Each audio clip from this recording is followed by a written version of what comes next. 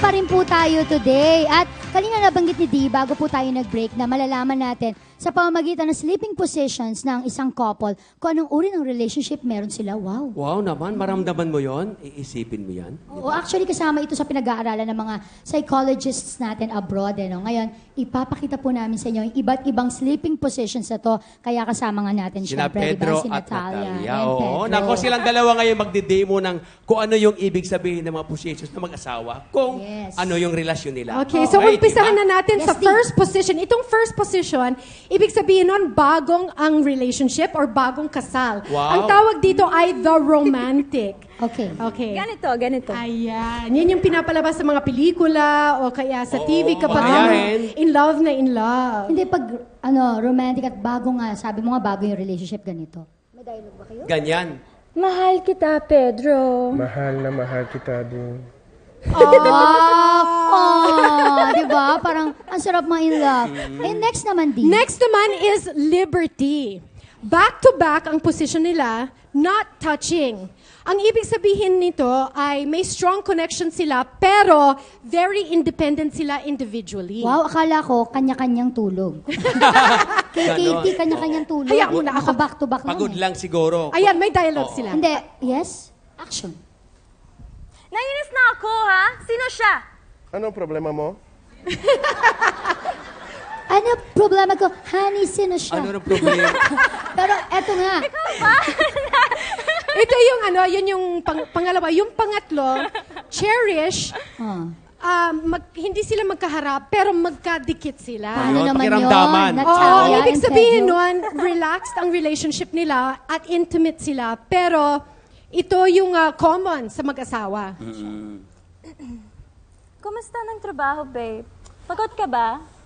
Okay naman kasi kasama kita.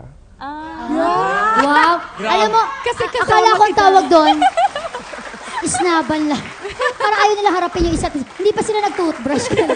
Nakaligod sa isa't isa. Anyway, ang next. Oh, ito tinatawag naman. daw na. Next Yung naman. tinatawag na spooning. Ito yung popular ngayon.